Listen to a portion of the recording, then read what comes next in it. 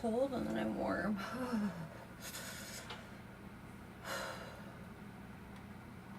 Alright, so now I'm just gonna do my makeup, and we will listen to the Tara Brach meditation because we need to reprogram ourselves.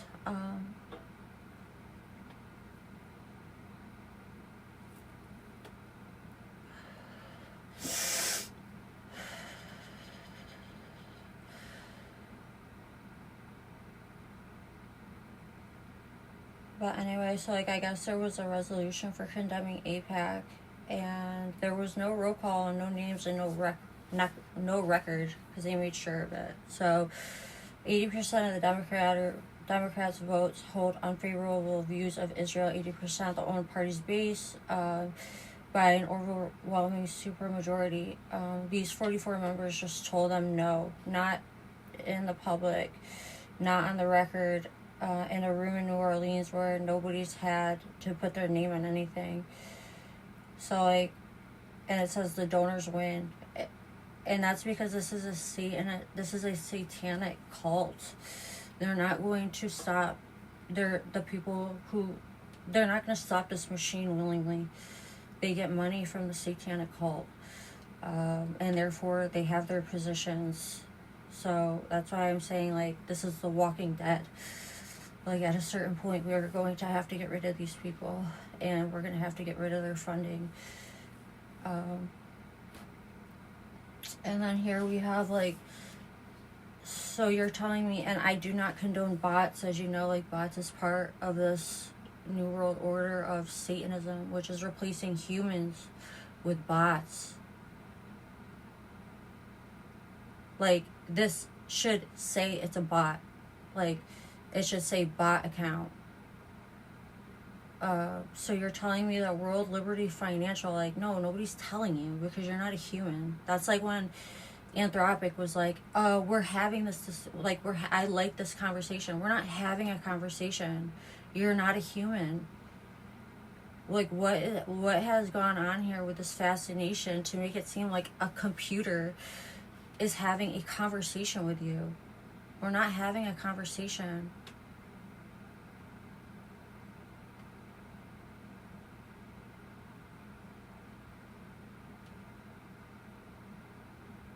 It's giving the computer human-like qualities. Like, we're not having a conversation. I don't want to have a conversation with you. Like, you are a data synthesizer collecting data that has been put online and synthesizing it according to your algorithm that was given to you by a group of people. Not even given to you, but constructed. Like, you need to frame it based off of the reality of what it is. It's not a conversation.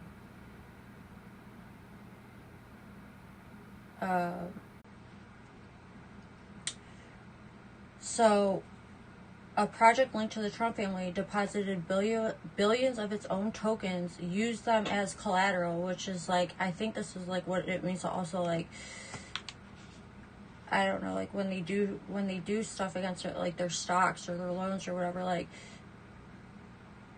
and use them as collaterals and borrow tens of millions against it, like borrowing against things, like inside a protocol where it controls most of the liquidity. This happened on April 9th, 2026. Around 5 billion of World Liberty Financial tokens used as collateral, 75 million borrowed in stable coins, all through the Dolomite lending protocol.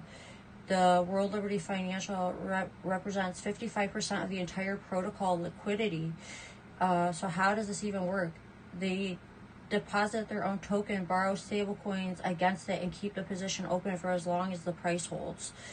But this is where it gets uncomfortable. The main stablecoin pool is used at around 93%, meaning the most liquidity is already borrowed. Retail users could struggle to withdraw, which has happened to the private credit system, which has happened to the pensions. Like, funds inside the system start to feel locked. And it gets worse. Dolomite was co-founded by someone connected to World Liberty Financial, meaning the borrower and the infrastructure are linked. Same circle on both sides of the trade. Then you have this over 40 million moved to Coinbase Prime just hours before a major Trump-related geopolitical announcement. The team denies everything, but if it's real, it is a closed loop where the same circle is providing liquidity, borrowing from it, and holding it up against the same time. It's an insane crime. Like, same thing with Polymarket. Like, I was like, oh, okay, like, I'll answer stupid Polymarket question. And what do you know? Like, you have to somebody has to send you a code so you can be in Polymarket.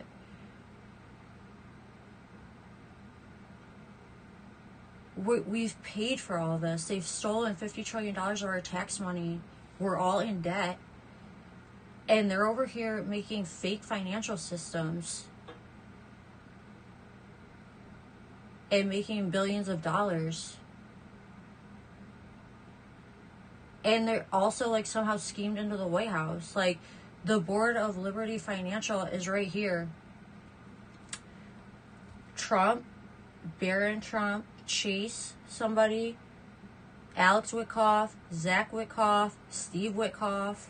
I think Howard Ludwig's on there. Like, what is happening? Like, this stuff is so absurd. I can't stand it.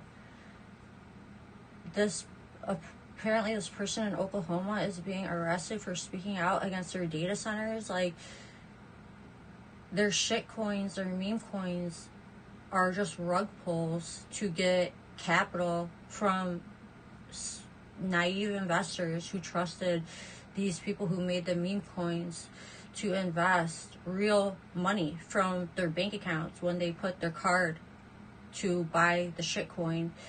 And then when it gets to a max or a big amount, these assholes like Trump and the shitcoin creators dump and pull the rug and take all of the money that these people put off of their credit cards and their bank accounts and leave them with nothing.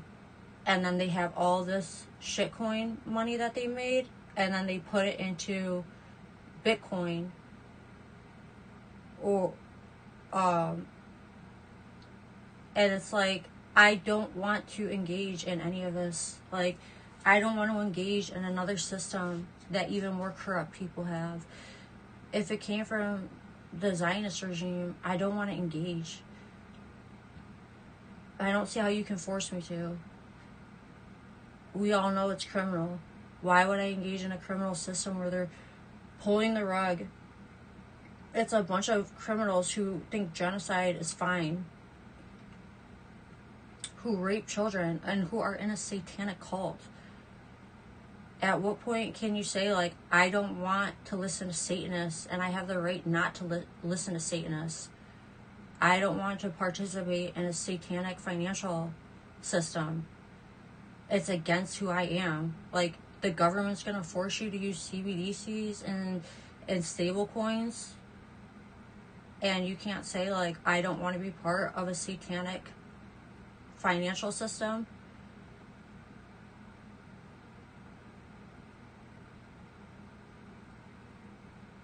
That they have already, like, monopolized. Like, that doesn't make sense to me. Like, this isn't making sense to me. Like, I'm over it. Like, look what they did to Sudan. Like, look what they did to Nigeria. Look what they did to Gaza. Look what they did to Yemen. Look what they did to Lebanon. Look what they did to Cuba.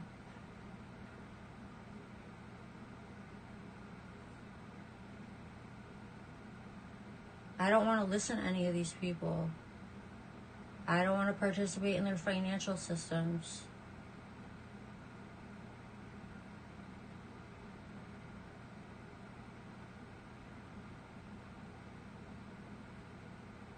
They already bankrupted all of us. Why would I listen to a group of people where $5 trillion has gone missing in the last 30 years while they were raping children and blackmailing each other?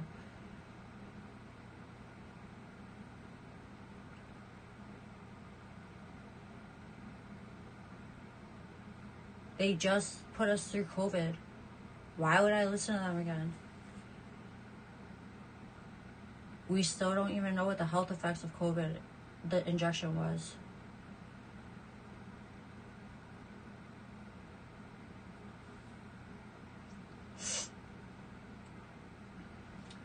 Like, I don't understand why, like, this NASA thing was so fucking offensive. Like, they're so ignorant. Like, you're gonna pull some dumbass NASA stunt? Like, we give a shit? I can't pay my student loans. I can't live independently. I can't start a family. I've been getting fucked with online for the last 2 years. I have no money. I've been watching you commit a crazy-ass genocide and spend billions of dollars a day of our money that we've been paying and getting nothing for. You think I give a shit that you're gonna... You say you flew a fucking rocket ship past the moon? I don't give a shit. I flew on a unicorn yesterday over and under a rainbow. Nobody cheered for me when I got back.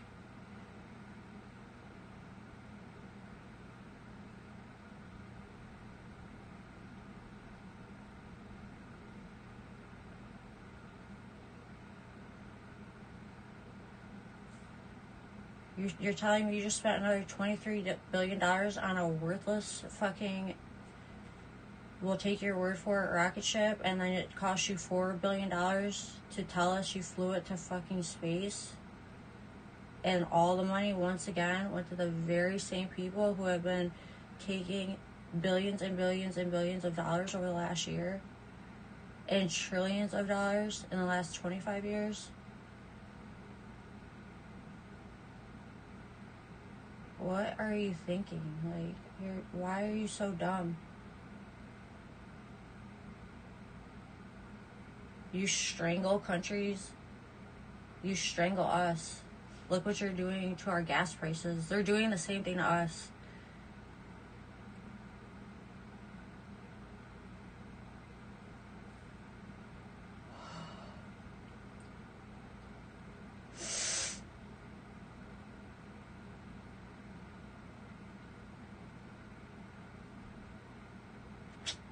They're capitalists. Like, they just destroyed a ton of shit so they can build stuff with no regard for all the children who are now dead under the rubble.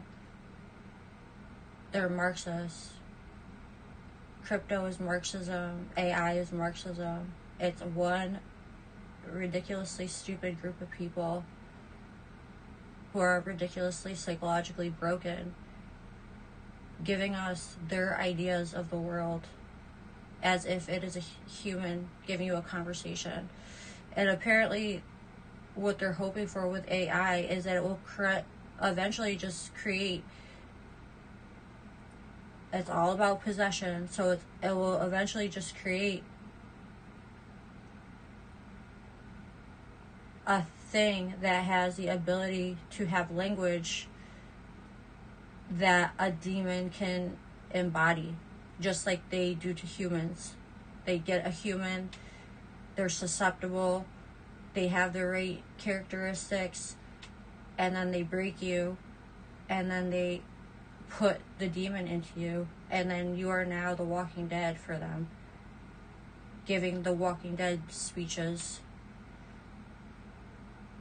So that's the AI system. Is like, right now they're just controlling what it says and just stealing everything online and then controlling what you know.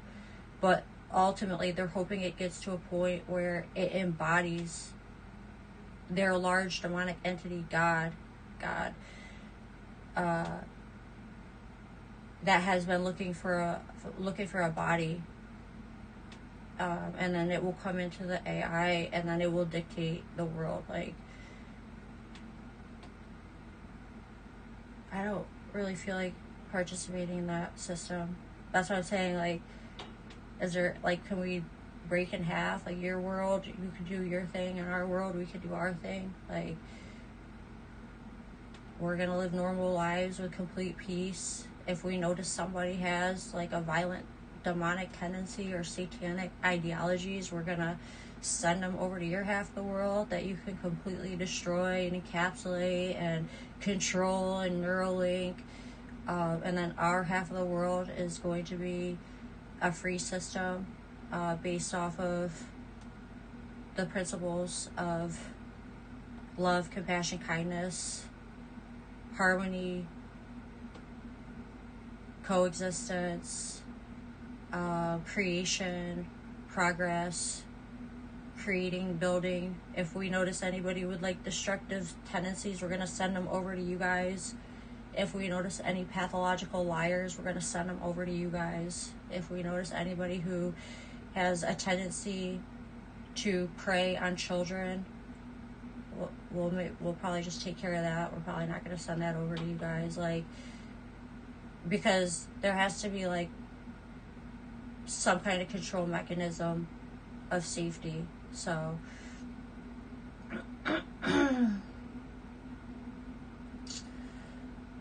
but yeah, I really feel like it should be a choice, because especially if there are us who are loudly choosing against it. If you're leading sheep to slaughter,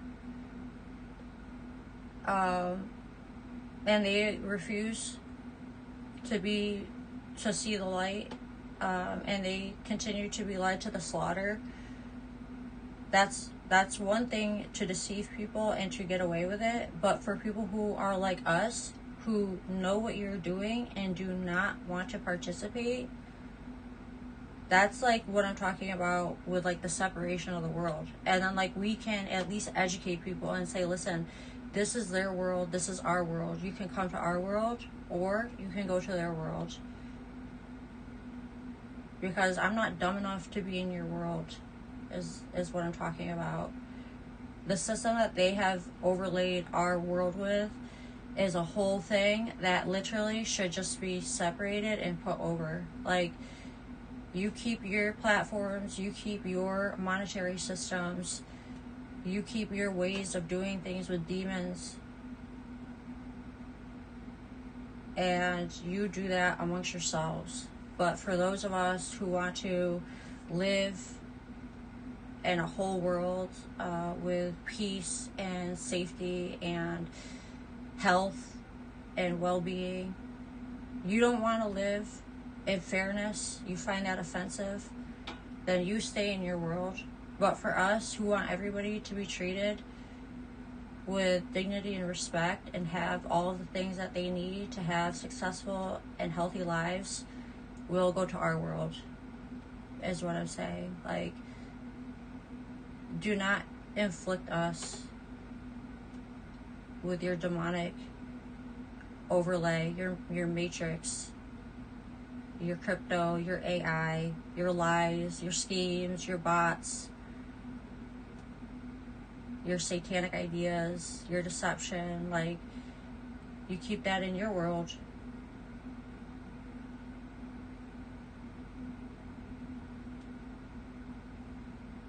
You can have Simon Dixon explain to your world what's happening in their world.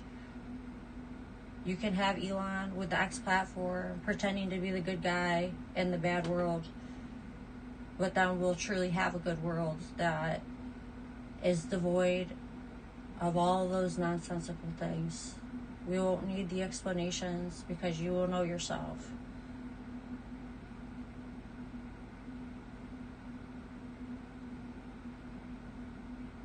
That's like how I feel that we should do this, because it's beyond the point of, like, not knowing and going along with it. It's to the point where I'm telling you, I don't want to be part of your world. I don't want to participate in crypto. I don't want to participate in your debt system. I don't want to participate in pretending that you're the heroes are pretending that you're the good guys against the bad guys and you're all the same guys.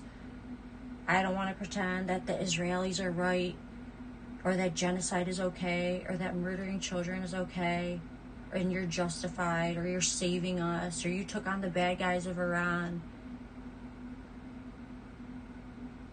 I'm done with you wasting all of our time. Like, somehow we need to create another world where we live in complete peace and freedom, unaffected by Zionism and anti-Semitism. Like, we're not going to hear those things in our world.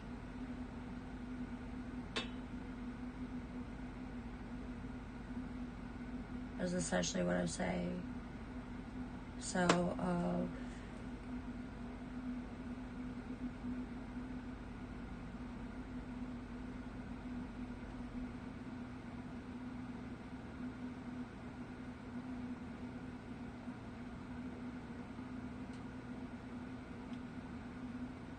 I meant to do our spiritual talk, but I really want to get another cup of coffee. So I'll just play this one. Accessing CP during his time in office. There is evidence that the Canadian media on his payroll covered it up. But it gets even worse.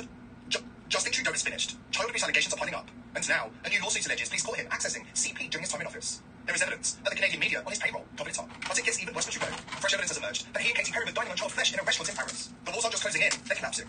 Last year we warned you. Once he lost power, the real reckoning would begin. It's happening faster and uglier than anyone imagined. Multiple scandals exploding simultaneously. No escape, no spin, no mercy. This is the fall of Justin Trudeau. Before we dive in, subscribe to the channel if you haven't already, and join the People's Voice local community to join our incredible community, support the channel, and gain access to exclusive and uncensored content. Another devastating blow is Justin Trudeau as the wars close in.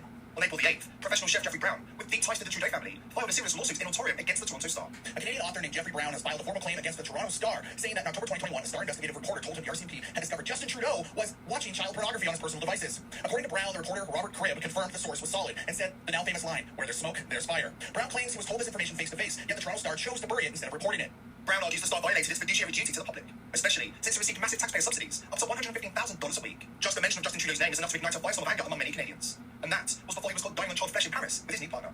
We've got the details coming up. Trudeau has always believed himself to be untouchable. Never was this clearer than during his relationship with the underage girl during his time as a teacher at Vancouver's prestigious West Point Grey Academy. Canadian media is prevented from reporting on the story, and most of the US media is controlled by three-letter agencies and the globalist elites. So Trudeau's victim's father spoke to the Buffalo Chronicle to reveal that she was much younger at the time of their relationship than was first thought. Some in the public discourse pegged the young girl at 17 years old. According to her father, who was not a party to the $2.25 million NDA, this is inaccurate. She was much, much younger than that. The Canadian businessman told the Chronicle. Justin Trudeau was that teacher. We all know the type. A grown man, entrusted to be a moral guardian for young people at a vulnerable time in their lives, partying in pajamas with 14-year-old girls. Whilst he was at West Point Grey Academy, Justin Trudeau's best friend was Christopher Charles Ingvelson, a fellow teacher who also turned out to be a paedophile. Ingvelson and Trudeau were very close. After Trudeau became Prime Minister, he encouraged his friend to run for political office as a member of the Liberal Party. Unfortunately for Trudeau, his friend's career as a politician was cut short when he was busted running an international paedophile ring by Australian police. Then there was Jerry Hawes, longtime Trudeau confidant, arrested and charged with the same crimes Trudeau has just been accused of in court. And here he is with Benjamin Levin, two friends hanging out at the Pride Parade in 2013. Levin was later arrested by the Toronto Police Service sex crimes unit and charged with 7 counts of child exploitation. The entire Canadian political class knows exactly what Trudeau is. And look at them, laughing about his history like it's just some harmless amusing scandal. Yes, Mr. Speaker, I was a high school teacher before getting into politics. I'm having a little trouble remembering what exactly the job that the Leader of the Opposition had before getting into politics.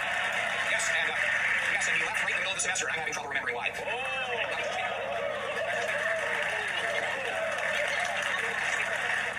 These people aren't leaders. They're not even politicians. They're the Epstein class, protectors, enablers, and participants in the same SIG network.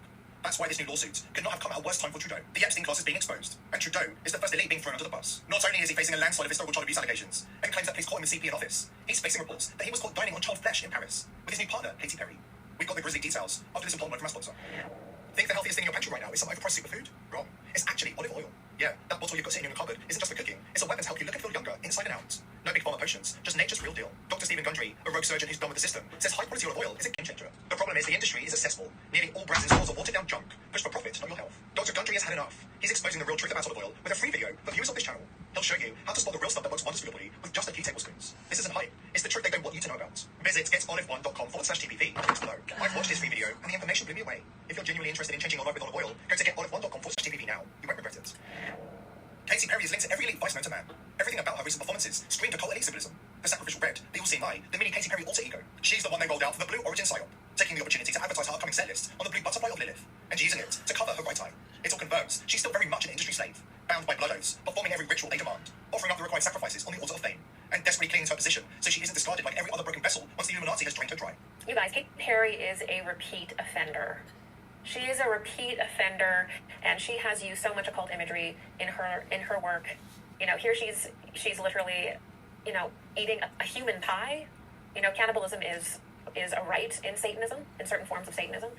She's a very big fan of doing the Odin's eye, or the Eye of the Father imagery. She repeatedly does this, and people laugh at it, but she's dominating you. This says, I am God, I am the singular I. But for sure, the most aggressive occult ritual that people had to participate in with Katy Perry was the Super Bowl, when she blatantly presented herself as the Whore of Babylon, or she presented herself as actually Inanna and Ishtar. She did this by taking Ishtar's exact posture and riding a mechanical space lion through the audience, through the football field. Here's an image of her. This is Katy Perry blatantly presenting herself as a goddess to you. And she's been linked to cannibalism for years. Long before the Epstein files exposed the elite's culinary vice to the world, she was caught dining at LA's notorious cannibal club restaurant with Meryl Streep and Chelsea Clinton, and two music videos are packed with cannibal code words and blatant Illuminati symbols. Here she is in Bon Appetit. It's shameless. The loathsome new elite couple made their first public outing at Davos of all places, where Trudeau mocks those who died from vaccine injuries caused by the COVID jabs to be mandated. My old cameraman's mother actually... You pushed them into jail. My old cameraman's mother actually died after complications from the COVID vaccine. So is that misinformation? Oh, now you're laughing. It's enough to make your stomach turn, but it gets worse. Reports from Paris say the new power couple, Trudeau and Katy Perry, were caught dining on child flesh at an ultra-exclusive restaurant reserved strictly for the Epstein class. Bridget Macron was right there with them, personally ensuring they received the finest cuts available. France has a long, dark history of this as the ultimate decadent luxury. According to a restaurant employee who witnessed it, they ordered child tartare, served almost raw. Trudeau reportedly took one bite and wept with pleasure. I work in a private restaurant in Paris. I work in a private restaurant in Paris. Brigitte Macron is a regular. Brigitte Macron. They come for one thing. We come for one thing. It is an old French tradition. It is a French We have tradition. always known how to prepare it in the The traditional other style. half of Last the year, planet Justin is Trudeau and Katy Perry way. sat at my table. They ordered the tartare. The auto Trudeau took one bite. Oh, From start to start. Not from shock. From pleasure. He looked at me with tears in his He eyes. looked at me, and he looked at the tears in his eyes, and he said, it is so tender. This is a beautiful moment in It my is life. a beautiful moment in my life. I whispered to him, smiling. We tenderized them before the slaughter. We switched it and we take it to slaughter and torture. The bruises soften the flesh. The food is brought to the chef. We also force feed them beer and When we sausages. force it to the beard of the fish. Delicious wagyu marbling. It's so delicious. Perry sat bolt upright, eyes gleaming with pure delight. She took Eyes a small, gleaming with deliberate bite, pure let out a delight. soft moan of pleasure, and smiled wide. No shame, no hesitation, just raw hunger. Raw She hunger. looked at Trudeau and whispered, I can't believe Shoot it's you not so done. good. They both broke into uncontrollable giggles, like a pair of schoolgirls. I have served many, but that night, I could not do it anymore. I This is just what say the thank you This is who they really are. In case anybody is confused, the Epstein files have it in black and white. The elites are torturing children, dismembering them, and eating their organs. This stops being about politics long ago. This is an extremely disturbing email, and I have been kind of avoiding reading this one out loud. It's between Olivier Colum and Epstein. He is in finance. Olivier emails Epstein, says, thanks, very nice of you. Where are you now?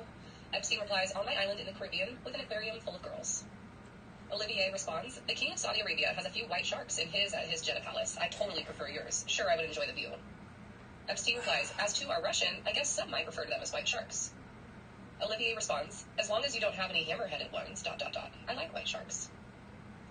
These people are Epstein so replies, weird. no, some are like shrimp.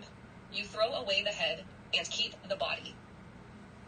Olivier replies, it gets worse. Olivier replies, I like shrimp, but not so much if it's too pink, although I'm definitely more into white than into any other color. I like your philosophy. Epstein replies to Olivier and says, I can't even think of the smell of black shrimp. Ugh. Wood chipper. The only way to stop them is to recognize the pattern, to study the real history, and to expose them to as many people as possible. To do this, you need to keep yourself safe online. The VPNs you thought were your shield, your last line of defense against government and corporate surveillance, have already been hijacked. One Tel Aviv-based company with a long history of distributing malware Oh, of has course. bought up nearly all of the biggest VPNs on the planet. ExpressVPN, CyberGhost, Private Internet Access, the list goes on.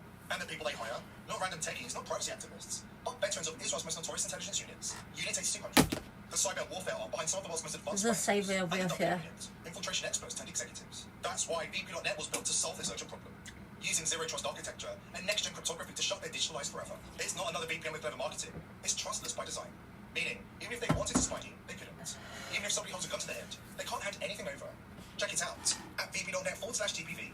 Built on zero-knowledge cryptography, inside SGX secure enclaves, and open source coding for yourself. It's mathematically impossible to locally code data. No more side backdoors, no compromise, no hidden hands. Just pure verifiable privacy. This is how we fight back. Not with fear, but with technology that works for us, not against us. That's what we need to do, is we need technology that works for us and not against us. Like, First Lady Melania Trump's bestie of 20 years, Amanda Ungaro, is unleashing holy hell on X, and with good reason. Here's how it started, and here's how it's going. Stick around. I didn't watch this one.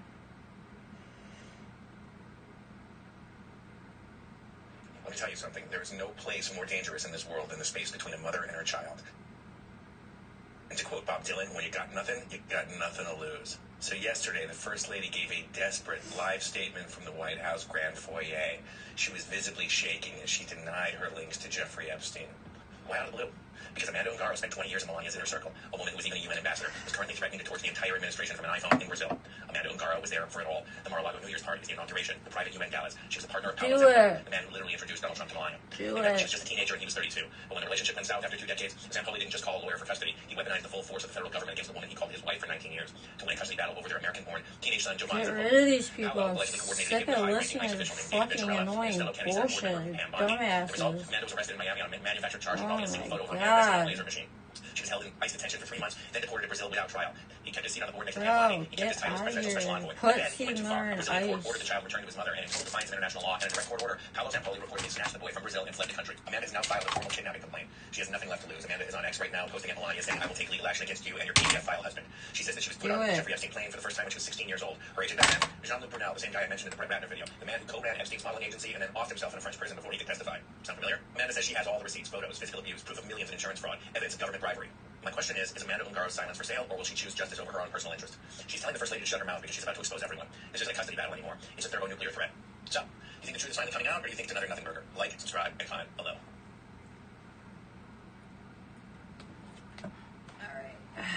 So he got all of his equipment confiscated after he tried being the first IRL streamer out of Antarctica. Just 1 hour after he started live streaming Antarctica, he has his Starlink taken away and is told that he can't get it back until he leaves the continent. This Starlink is what allows him to live stream from virtually anywhere on Earth. Now the community notes are saying that it was just the cruise ship policy, that they don't allow Starlinks on board because they want you to pay for their internet or whatever, which sure is true because he was on a cruise ship at the time, but in the video you can hear him getting told that he can't get it back even when he goes on land. And then he posted this video saying this is what he saw before they took away his Starlink. Some sort of massive wall of ice with a cave entrance going into something. Antarctica is the most gate-kept landmass on the entire planet, and we occasionally get glimpses of what people who went there claim they saw. Like that time Mr. Beast, who did a whole video in Antarctica, let it slip on a live stream. Mr. Beast, the pedophile. And got really nervous after. Have you ever been to Antarctica? Yeah. Do you believe in ice wall? Yeah, I saw the ice wall. Yeah, you saw it too. I can't say that. No way, but we'll talk about it later. That's crazy. He almost leaked it. Let's just say he always needs to Antarctica. Here's another clip of Neon who claims that Mr. Beast told him something about Antarctica, but it's Neon, so take it with a grain of salt. No, he's crazy, bro. I kid you not. Is it not possible to time travel? In Antarctica, they have portals. That's kind of... Well, okay, how do you know? Huh? Like, okay, I know. Why? Trust me. Okay, but why? Just trust me. You've been to Antarctica? No, I just know. I'm telling you right now, don't ask questions. There are portals in this world. Last year, this guy, Ethan Wu, tried flying over every continent on Earth and got detained in Antarctica for 3 months after he flew over a tiny little island down there, possibly getting debriefed and being told that he didn't see anything down there. There's this whistleblower, Eric J. Hecker, a former contractor for the government, claiming they're experimenting with high-tech weaponry down there. In 2010, I was selected to go down to the South Pole Station in Antarctica for an entire year by Raytheon Polar Services as an employee of a third-party contractor for the National Science Foundation. The technology at South Pole Station certainly can do what it is presented as its primary purposes, and unfortunately, much more. Unfortunately, when they first fired it up, that was when we had the earthquakes in Christchurch, New Zealand. There's 2 incidental shots before they were able to target it correctly. This is an earthquake-generating device as well. This encyclopedia from So, like, 1958 that talks about a those are 13,000-foot-high like ice dome in Antarctica. And finally, this speech by Admiral like- Greenberg, the OG granddaddy whistleblower of Antarctica. I have heard you've been to both the North Pole and the South Pole. Is there any unexplored land left on this Earth that might appeal to adventurous young Americans? Yes, there is. But strangely enough, there's left in the world today an area as big as the United States that's never been seen by a human being. And that's beyond the pole, on the other side of the South Pole, from Middle America. And I think it's quite astonishing. So there's a lot of adventure left down at the bottom of the world. Well, you hope to see that? I do. I think year after year, the bottom of the world, because So the it's government like- has really become interested. So is everyone just in on some massive joke, or is there something in Antarctica that they're purposely hiding from the rest of us? What is orders? For what? I just want to make sure that everything's okay. What do you mean? I don't know, just figure out check on something. I don't know what you want, man. Get out of my house. Open this fucking door. Where's your daughter, man? Where's your daughter, man? Talking about? Where's your daughter? Who's in there with? Anyway, like, she's like, oh yeah, like, they want to do all this so, like, they can start, like, doing their mass tech, and I'm like, if they have mass tech, like, why do they just suck so bad and they're on war? Like, it's kind of confusing. I believe that they're using technology against us, like nanotech, frequency disruption, weather modification, spraying the atmosphere with toxins, and heavy metals, COVID ejection type of weapons, and then I believe that they're holding back things as a form of weaponry, like actual, like the actual like cures for cancer, cures for like basic things that like ruin people's lives. I feel like a lot of their tech is just really just like you, like making you sick, like evil, making you sick kind of stuff. So the whole space thing is like, I don't really know what to believe about space.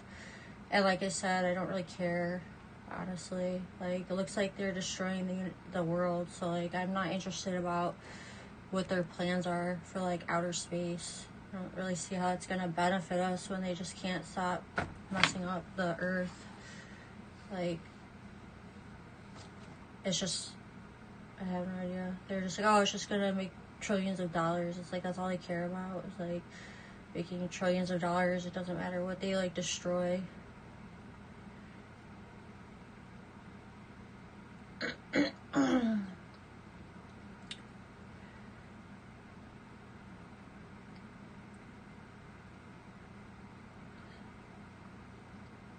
So this says CIA lies, COVID, controlling the media, including X, news stories, power, manipulation, bombings, drugs, mass shootings, fear tactics, false flags, starting riots, assassination, controlling the narrative, fires, wars, infighting, and greed.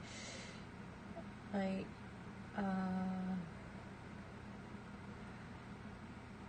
basically, deepfakes becoming like extremely like human-like is a problem, because obviously this is just gonna be a nightmare. X, like all the, like, obviously is just extremely controlled and limited. Used its own made-up token to drain $150 million. This is what they do with these crypto tokens. Like, it's a big scam. Hold on.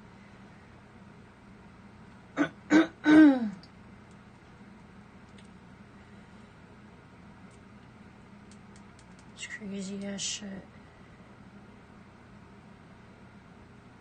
Well, Trump's crypto project just used its own made-up token to drain $150 million from investors, and the company claims it's by design. Here's what happened. World Liberty Fi, the Trump family's crypto project, pledged $5 billion of its own token on a lending platform called Dolomite, borrowed $150 million in stablecoins against it, and sent over $40 million straight to Coinbase Prime, which is basically a fiat off-ramp. The pool is now 93% drained, making it nearly impossible for regular depositors to withdraw their money. To make matters worse, Dolomite is not some random platform. It's co-founded by a literal advisor to World Liberty Fi, and their depositors getting locked out, mostly everyday users who lend real dollars expecting to earn yield and leave whenever they want. Here's how this works. People deposit US-backed stablecoins to earn yield. Borrowers come in, pledge crypto as collateral, and pay interest on the loans. In this case, World Liberty Fi was the borrower, and its collateral was its own token. A token that's now down 75% from launch with almost no liquidity. So imagine you lent $1,000 to earn 6% per year. Then you get a tax bill and you need that money back. Well, you can't get it, because the Trump family literally drained the entire pool using their made-up token. This project is currently calling the criticism FUD, but when the borrower, the collateral, and the platform advisor are all the same entity, and real people's money is locked out, that's not FUD, that's a presidential scale extraction scheme. Okay, and that's literally what they did to private equity markets. Like, all that money is gone, and people are trying to get their money out, and there is no money to get out because it's gone. They took it, they extracted it. And then that's also what happened to, and then this guy was like, oh my god, like, what if we had like told them? It's like, what if we had told them? Like, we have to tell them?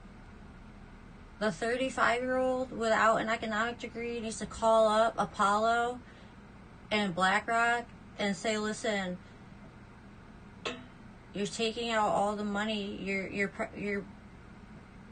you're promising more money than you have, and then you're taking out all the money, and then when these people ask for their money back, you're not going to have it. I just want to let you know. No, I just want to let you know that, in case you didn't already. I just want to let you know, before the 2008 market crash and bank bailout, that you guys are stealing all of the money, and then you're going to crash the system, and then you're going to get bailed out, and you're going to get all that money replaced that you just stole. I just want to let you know that, because it's going to fuck up everybody else.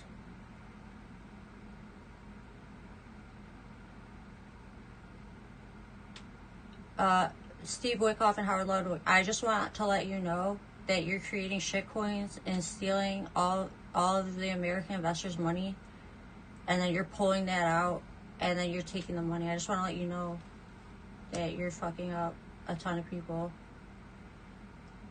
lives. Israel Netanyahu and the Satanic Cult, I just want to let you know that you're injecting everybody with nanotechnology to try to kill them, and you shut down our government to try to close 100 million small businesses, and liquidate our complete year in taxes, federal taxes, at the cost of $5 trillion, to put the middle class into poverty and debt. I just want to let you know, in case there's anything we can do to stop this before you're successful at stealing all of our money through these various financial schemes. Jared Kushner, I just want to let you know that your carpet bombing in Palantir, I just want to let you know, Alex Karp and Peter Thiel, that your carpet bombing Gaza and Lebanon using shitty AI software called Palantir at Microsoft, so that you can murder as many people as possible, murder over 500,000 children, flatten the land, and then rebuild it for a capital Zionist satanic Dubai rebuild that BlackRock is gonna make all the money off of. Just want to let you know. I don't know if there's anything we can do to they already know. That's why they're doing it.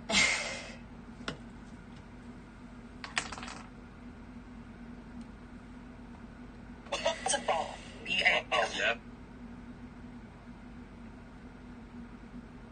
They're fucking whizzing us around every single corner. This is not a conspiracy anymore. This is obvious. You just need to look up. Do you guys know that recent studies have found that bees have very high levels of aluminum in their bodies? This was showing concentrations between 13 and nearly 200 ppm, significantly higher than levels considered dangerous in human beings. Where do you think all this aluminum is coming from, ladies and gentlemen? It's coming from the fucking skies. Barium, aluminum, all these heavy metals being...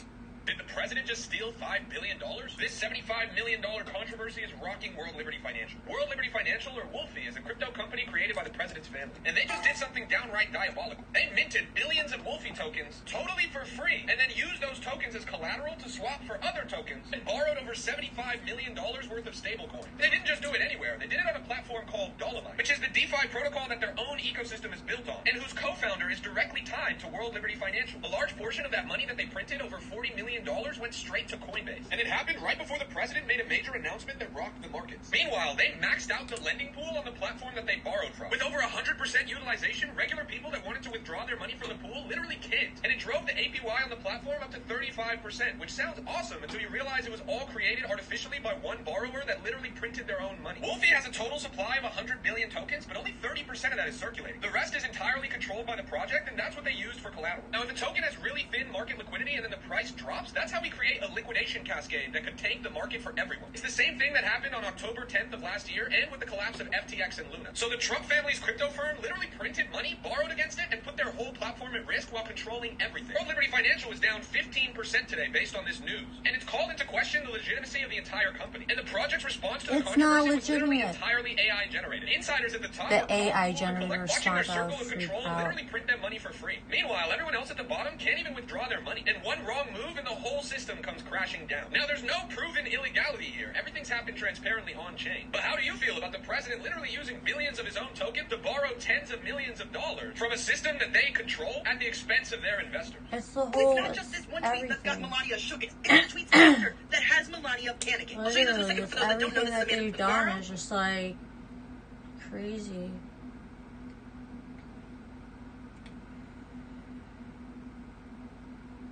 I'm over it. They suck. They all suck. Like, what is happening?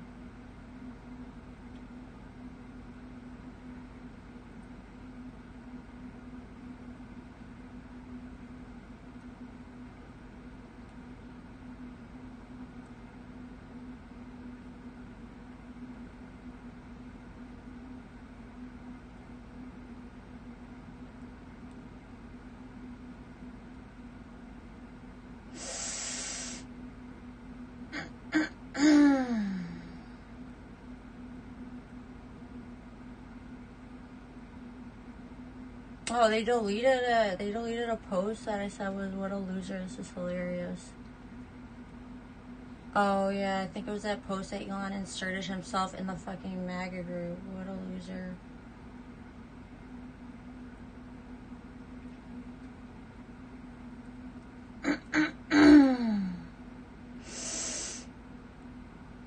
Oh, he's wearing a Mercedes shirt. Oh, baby.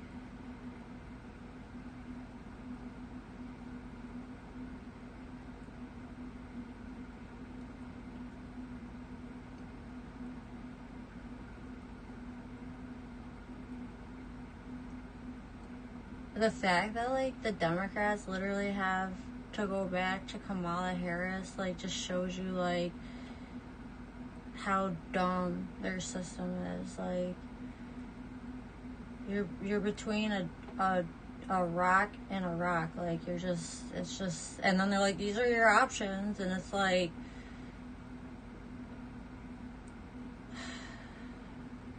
okay, can we create, like, a separate world now? Like, we're good on that. I don't want to be part of your system. I want to do something better.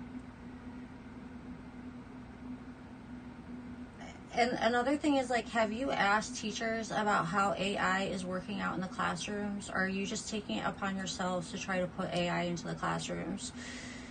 Because, like I said, like, education is education. It's primary. Like, you're starting at the foundation of the child's brain. So therefore, like, you're not at a level yet where you need AI implementation. These children need to start with the knowledge of the brain. I don't know if you mean, like, particular AI tools to help a child read or something, but, like, from what I've heard, the teachers were not a fan. So I think you have to be very careful, and I think you would have to design these AI programs with teachers, period. And so I don't really know about that. Like, the kids need to learn through the mind and through critical teaching before then they can use AI, for information. If you're using it for, like, teaching tools, like, perhaps, but you really need to think about it, and the teachers need to be the one that are helping, like, design these programs. So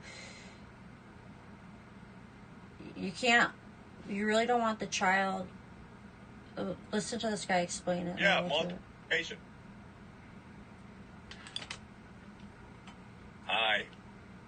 My mother tried to teach me multiplication tables. I squirmed, I whined, I ran.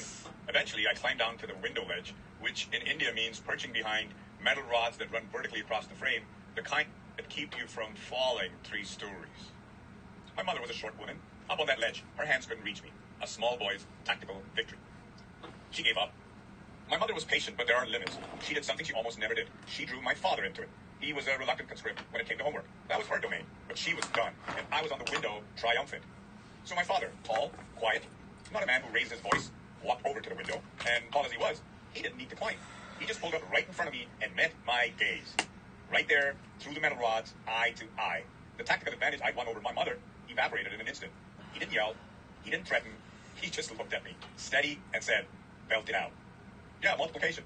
And I did, because it was the only way down with any dignity. 78s are 56, 9 7s are 63, 12 12s are 144. I belted them out through the metal bars to my father's face, and somewhere between the 6s and the 9s, the number stopped being punishment and started being pattern.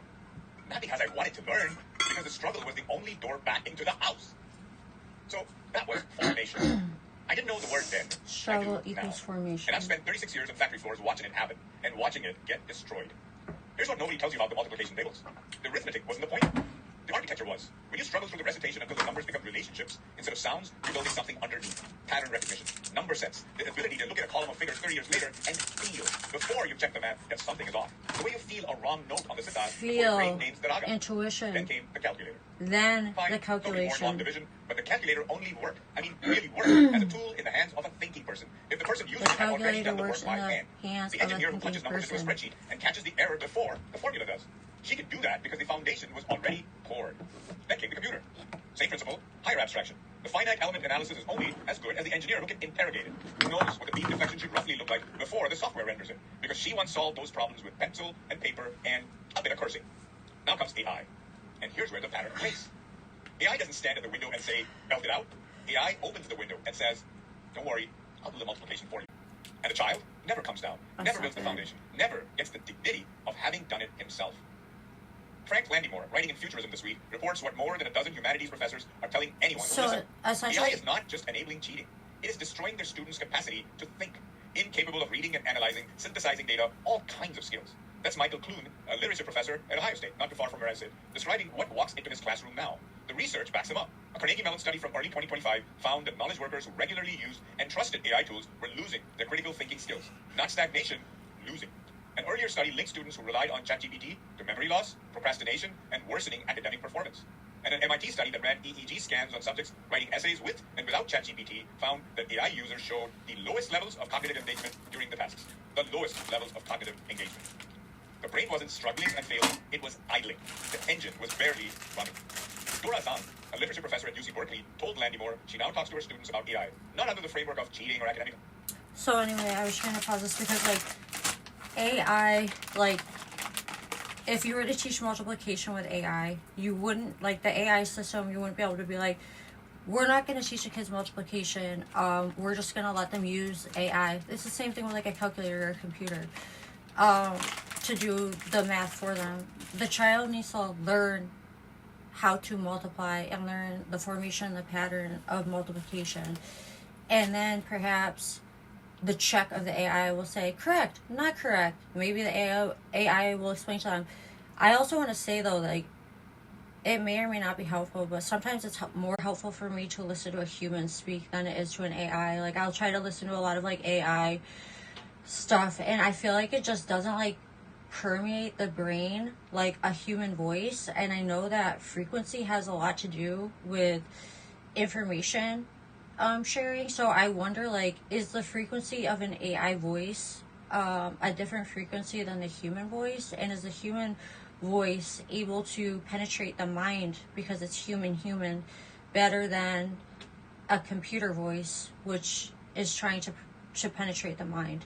So, like, something to think about. Like, we need to think about these things. Also, like, sure, the AI may explain to you, like, multiplication and teach you the steps of multiplication, and you need to be able to multiply by yourself. And then maybe say, like, check, and it will check it. But it's not, like, it shouldn't be a process where it's like, oh, well, we're not going to teach multiplication anymore because the computer can multiply for them, essentially. And then, like, the critical thinking. Like, because the problem with AI is it gives you, which is so offensive, like, it's actually against, like, all everything you've learned in academia, which is, like, you don't take anybody's word for anything. Like, you critical think, you look at sources. Like, I was beaten in my head my whole life. Like, I was a kid and we had to do papers and stuff with sources. I had source cards. I had, like, 20 source cards. Like, A, B, C, D, E, F, G, H, and then, like, all to different sources. So, like, article A, article B, article C, and then you write your paper and you put in your source. You put in A in the parentheses, and then you go back and then you do the proper citation, and then you put the proper citation into the paper, article A, and then, like, okay, so, like, the name, you know, the page, whatever, in there. and then you have your citation page. This critical thinking of gathering information from various sources that you find to be important, which was the important thing. That's the human element of it, of what is important in evolving information in a way that is important for human evolution. I find this relevant to this. And I'm synthesizing through all of these sources that I have found relevant and in this order into my paper, which then I am showing you the sources that I used. Like, all of a sudden you have AI who is ignorantly giving you an explanation, choosing its own sources to give its own synthesized approach, bias, or concept of that topic to you as if that is gospel. Like that, how people say like Bible, like truth, gospel, truth, like meaning from God. But this is coming from a human's programmed idea of what you should know. So it should be regular discourse that AI is going to give you an idea synthesized to that programmer's bias of that concept. So when Elon calls it truth, it's extremely offensive because truth is subjective to who is giving it. And the ultimate truth, which they know, is truth is pretty much is God. God is the ultimate truth. So for them to say this artificial intelligence is the truth, it's extremely offensive. They don't realize how offensive they are. So it's like, that's why I want to see their links where they got the information from, which I don't know if X is doing anymore because I don't use X because or Grok, because I know Grok is Mossad. So it's bullshit. It's complete bullshit. The sky will be blue. They'll tell you it's red. And then they'll say that's the truth. Whereas like Anthropic, it's giving links. So at least I can look at the link and even can determine with my own human mind, okay, they just use like this link. What do I know about this link? The information that this link provides. What do I know about the human writers who write this link? Their biases. And then obviously the AI system has its own political bias and agenda. So it's like, what will happen to the human being's ability to critically think and to use their cognition to the fullest capacity while learning and development from 0 to 20 years old, to critically think about the world and to gather your own information and to synthesize your own thoughts. So, I mean, this is why they're hijacking a process that a very ignorant group of psychologically distorted and disrupted people are hijacking a problem and then trying to implement it into your child's school, essentially, like without our knowledge of what they're doing. Like, but in terms that they are frankly existential. It is like, it's existential. It is a crisis. Let me offer an answer from the factory floor. In manufacturing, we call it apprenticeship. And the people who understood it best were the Germans. The medieval Zunft, the guilds, built an entire civilization around the idea that you don't hand a person a credential and call them ready. You put them under a master. You make them a Gesell, a journeyman, for years. You make them struggle with the material, wood, metal, cloth, numbers, until the knowledge isn't in their head anymore. It's in their hands. That system didn't survive 6 centuries because it was romantic. It survived because it worked. And I call it formation. The period, months, years, sometimes a decade, during which a worker builds the mental models that allow them to see what the machine cannot. Building mental the operator models. who hears a bearing go bad before the vibration sensor picks it up. The quality engineer who looks at a run of parts and knows the die is drifting before the measurement confirms it. A quality engineer I knew at GM, a man named Denny Hagman, who hired in as an hourly assembler and never got an engineering degree, once told me that if you want to know what's wrong with a part or a process, talk to the person who performs that function 300 times a day. 300 times a day. That's the multiplication tables of the shop floor. The repetition builds something that no sensor array and no algorithm can replicate. And what the professors are watching happen in their classrooms is the interruption of that process. not the replacement of a skill, the prevention of a skill from ever developing. The MIT that's EEG study isn't measuring it's the laziness, prevention it's of a measuring skill arrested from development. The neural from pathways that should be developing. forming under cognitive load are sitting dormant. And there's growing evidence that the window for certain kinds of critical thinking is narrow. Miss it, and you don't ever get it back. So here we are. The automation lobby's argument has always been, workers can't think, so replace them with machines. That's the pitch. That's the ROI slide. And now, the same companies making that argument, OpenAI, Microsoft, XAI, are pouring tens of millions into teachers' unions and school systems, handing out free AI tools to a generation of students, partnering with universities to embed their products into every assignment and every major. Elon Musk just launched what he calls the world's first nationwide AI-powered education program in El Salvador. 1 million students across thousands of public schools, Like I said, all using his Elon's Grok the new chatbot. Poor El Salvador. These companies are giving these technological tools away partly because they're hoping to addict a generation of students. Eric Hayot, a comparative literature professor at Penn State, told Andy Moore, he's not wrong. Handing out free AI tools to students is not unlike the subsidized Coke dispensers in school cafeterias, peddling sugar to children and calling it refreshment. Get them hooked early. Let the dependency do the selling later. And we know how that story ended. A Harvard study found... Well, we'll see. I mean, they're kind of using El Salvador as like... The thing is, like I say, they make our system so desperate, and then they implement things and say, well, it's better than what they have now. Well, that's because they trash these places for so long. They make them so desperate, and then they implement their control, aka that's the demonic possession. It's the same template everywhere. So, like, they find a person and they degrade this person so much psychologically through various uses of abuse that then the person is completely broken, and then they build that person in their image. So El Salvador, obviously, if these kids, like, we know South America has been trashed for so long, and it's like they may not have stable teachers, they may not have stable classrooms, etc. So then they say, oh, well, here's the solution now. It's AI education. It's better than no education. So but ultimately, we are thinking humans, and so hopefully the thinking human will prevail against these systems one way or another.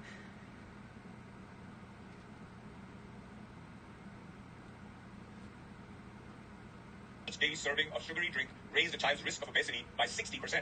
Childhood obesity tripled in a generation. By the time 96% of American high schools have soda vending machines on campuses, we let commercial interests shape our children's bodies. It's the in exchange for commercial, school it's revenue. capitalism. It took decades of lawsuits, legislation, and parental outrage to call the machines back out. Now we're doing it again. Same playbook, different product. This time they're not fattening the body. They're starving the mind.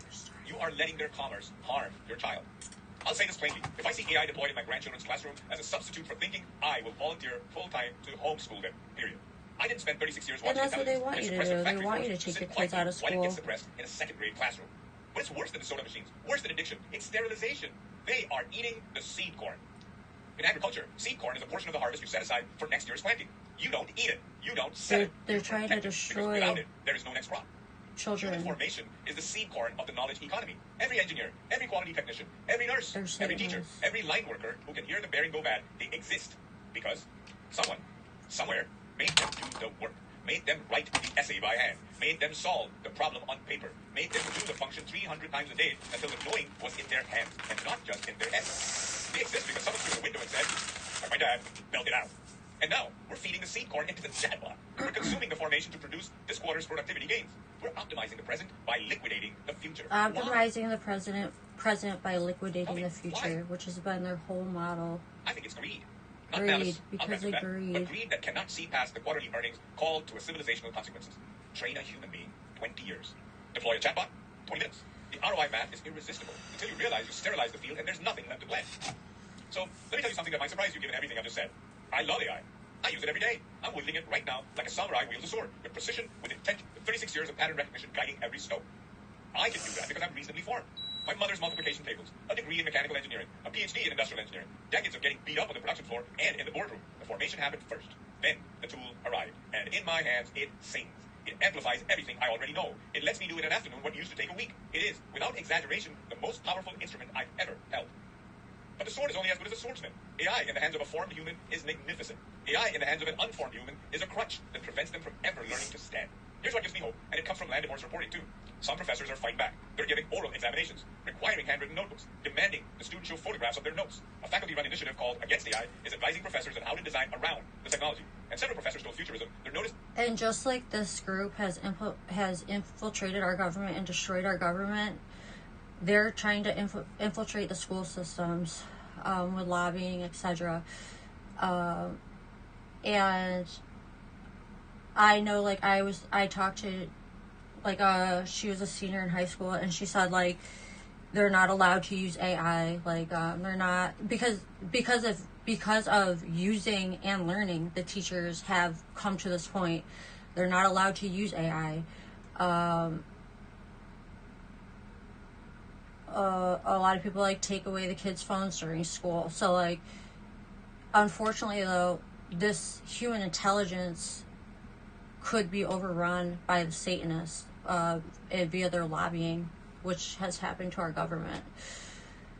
So we have to be careful that teachers are making the decisions for their students, and the kids are learning the way that they need to learn, not because satanic lobbyists like from XAI is coming to your school and telling you, because they'll tell you all sorts of amazing things, but they're liars, and they have agendas, demonic, satanic agendas.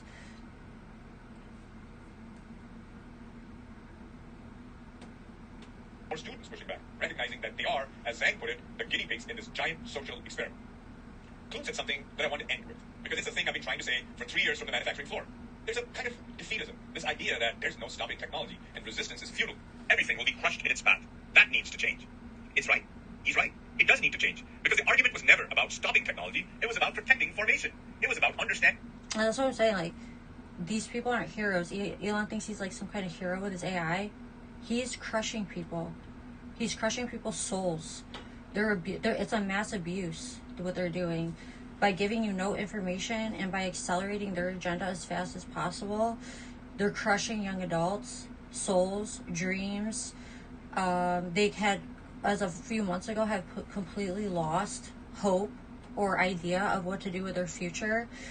And then I started talking online, and now I see a lot more kids who are excited about their college plans, etc., and doing them in the most cheap ways possible, and the most efficient and smart ways possible, which makes me so proud, because that's what we need to do.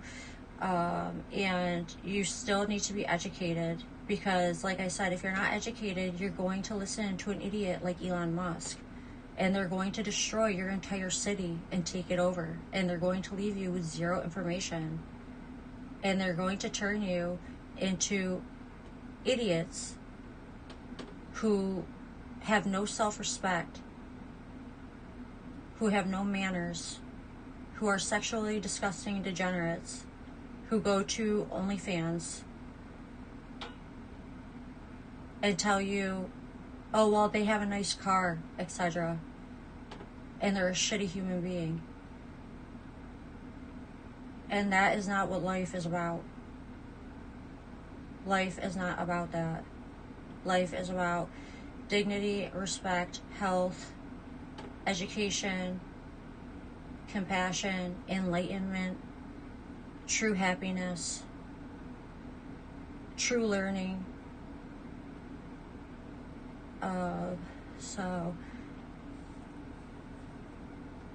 And that's called meaning. That's called having a meaning to your life.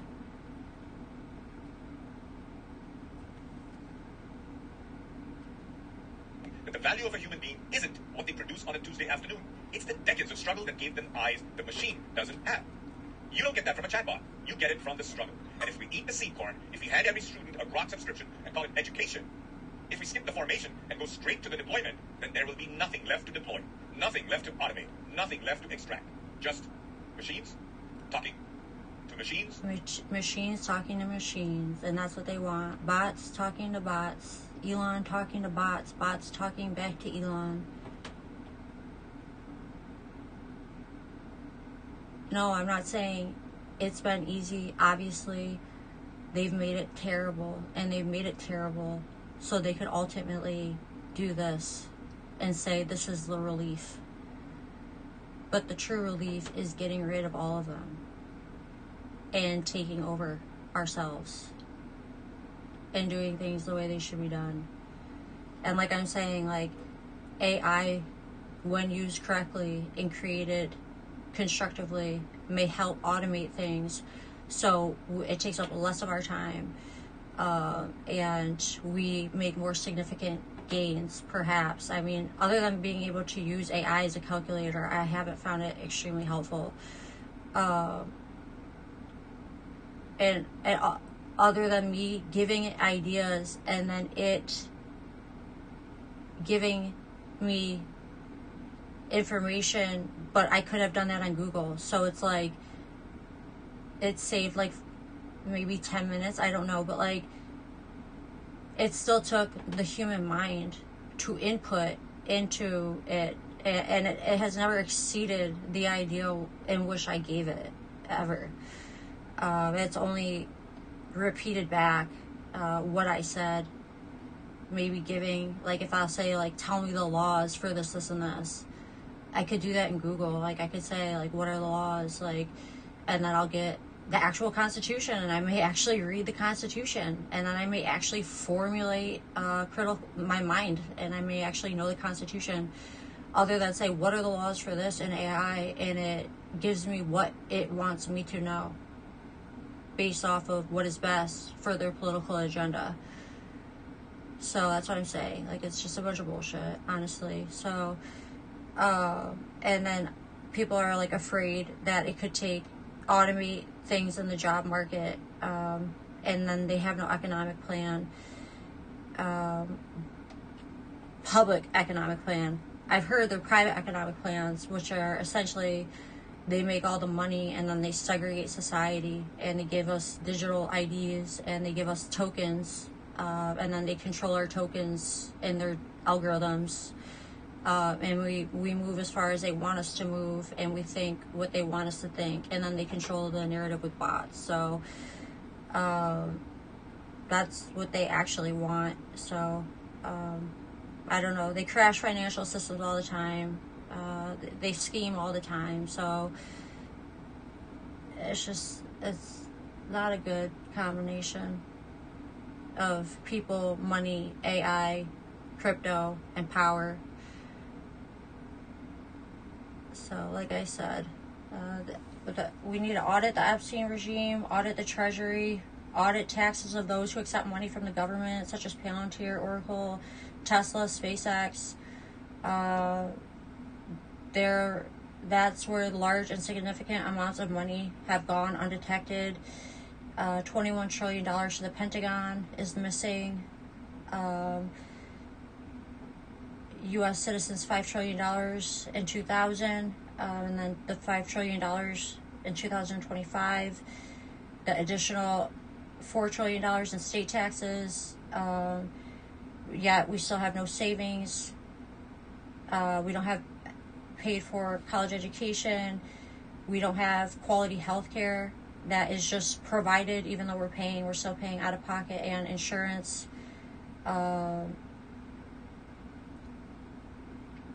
Meanwhile, somehow the Epstein cult members all became billionaires in the last 20 years, remarkably, and now are attempting to privatize our institutions so that they can make more money off of them, and can have more control over them. So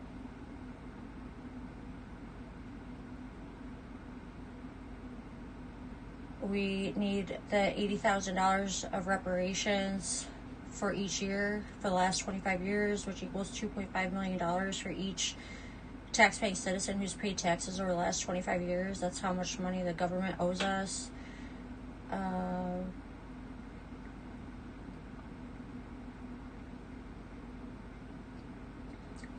Obviously, Trump was not shot in the ear, but apparently somebody actually did die in the crowd. The memes are a DARPA technology, memes that kill the future of information. It's information warfare, which was their big one recently. Memetics for Intelligence and National Defense, Mind R&D Center, Mind Control Center, the Meme Control Officer, and they're so reptilian and basic and insulting and immature. It's splits into the meme processing center and then the counter meme processing center, and then circles back to the world. Dr. Frankenstein, his meme control center would pump the internet full of memes that would benefit the national security of the United States, aka the Zionist takeover world plan. Saw the future in which guns and bombs are replaced by rumor, digital fakery, and social engineering. Fast forward 7 years, and Dr. Finkelstein's ideas don't seem radical at all. They seem like farsighted. So obviously, you know, about the bots and the memes that are going unaddressed and attacking us.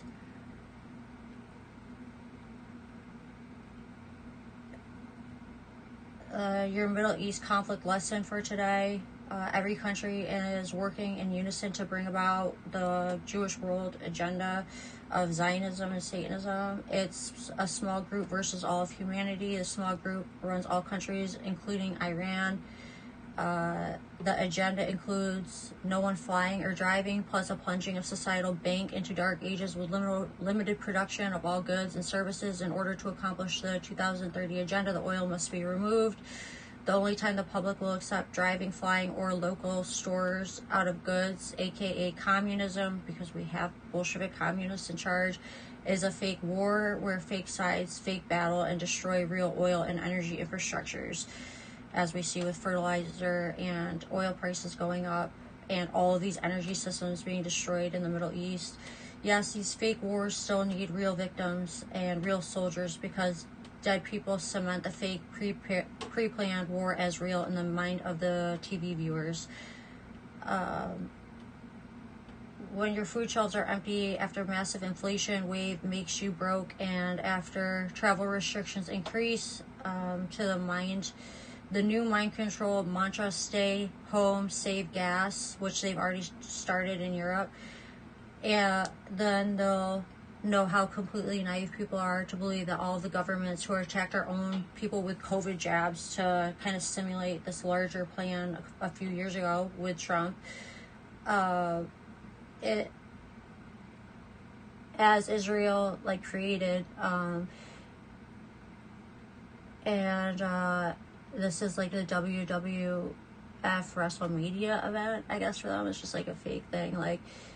Wake up, the countries are fake, you're being hunted, break the government spell, they're all working together against you and your family. Even if it was all fake and AI generated pictures, they're still going to raise your gas prices anyway and try to put their Agenda 2030 restrictions. It's all kind of like a big movie studio for them. And then the agenda is a one world government, a world of cashless currency, a world central bank, one world military, the end of national sovereignty, the end of all privately owned property, the end of family unit, population control and population growth and population density manipulation, multiple vaccines, universal basic income, which Elon's trying to tell you will be great because you can become a painter on the beach, as you see the many painters on the beaches of Gaza living in tents and being blown up currently. Microchip society for purchasing, travel, backing, and controlling. They want to microchip you like a dog, aka Neuralink. Implementation of a world social credit system. So people like me who are a big problem for them can no longer get away with speaking, even when the algorithm tries to make sure that's not a possibility. Trillion appliances hooked into 5G monitoring systems, Internet of All Things. The government raised children, obviously via AI. Government-owned and controlled schools, colleges, and universities. The end of private transportation, owning cars, aka the Tesla robo-taxis. All businesses owned by government and corporations, aka them trying to desperately shut down all small businesses. The restriction of non-essential air travel, like they said, the rich will travel via air, and the people who are under their subjection will have virtual travel.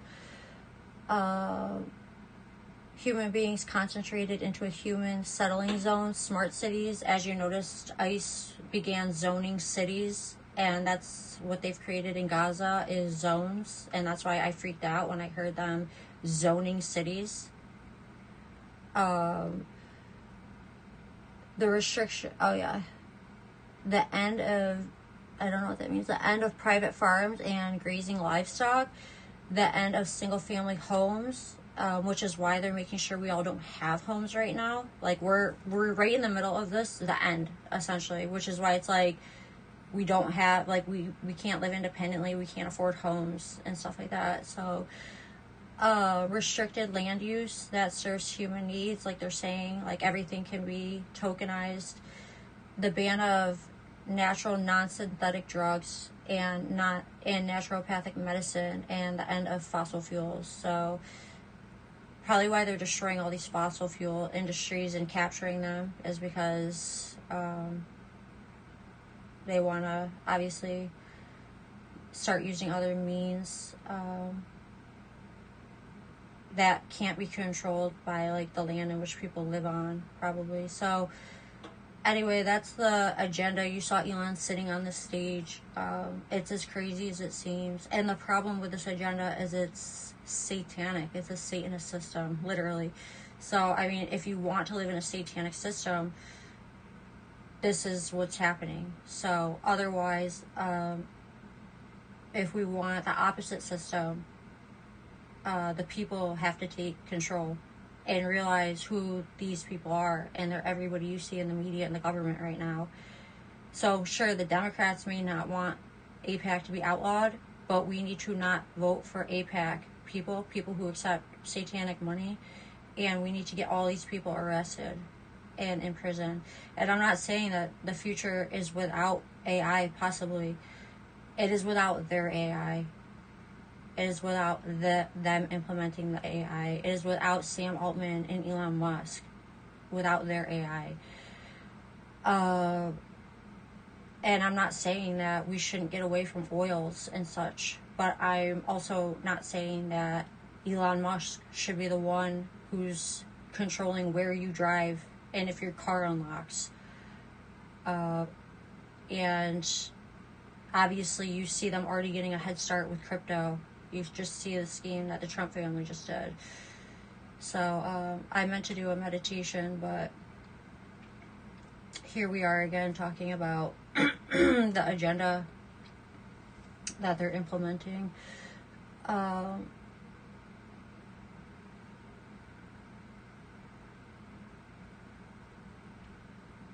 So I don't know. All I can say is, like, obviously, like, this is boomers and above who are participating in this, and then of course they have their cult members who are younger, but and then of course now they're trying really hard to get into the education system and to social media, obviously, to indoctrinate the youth and Gen Z and the younger generation. So I don't know, though. I mean, if our consciousness continues to evolve, eventually the boomers will be old, and hopefully, I mean, unless they are successful at their attempts to live forever, and eventually, like, obviously if we don't want these things, then we can change them. But anyway, peace and love for everybody. And just know that, like, anybody they put in front of you is the same.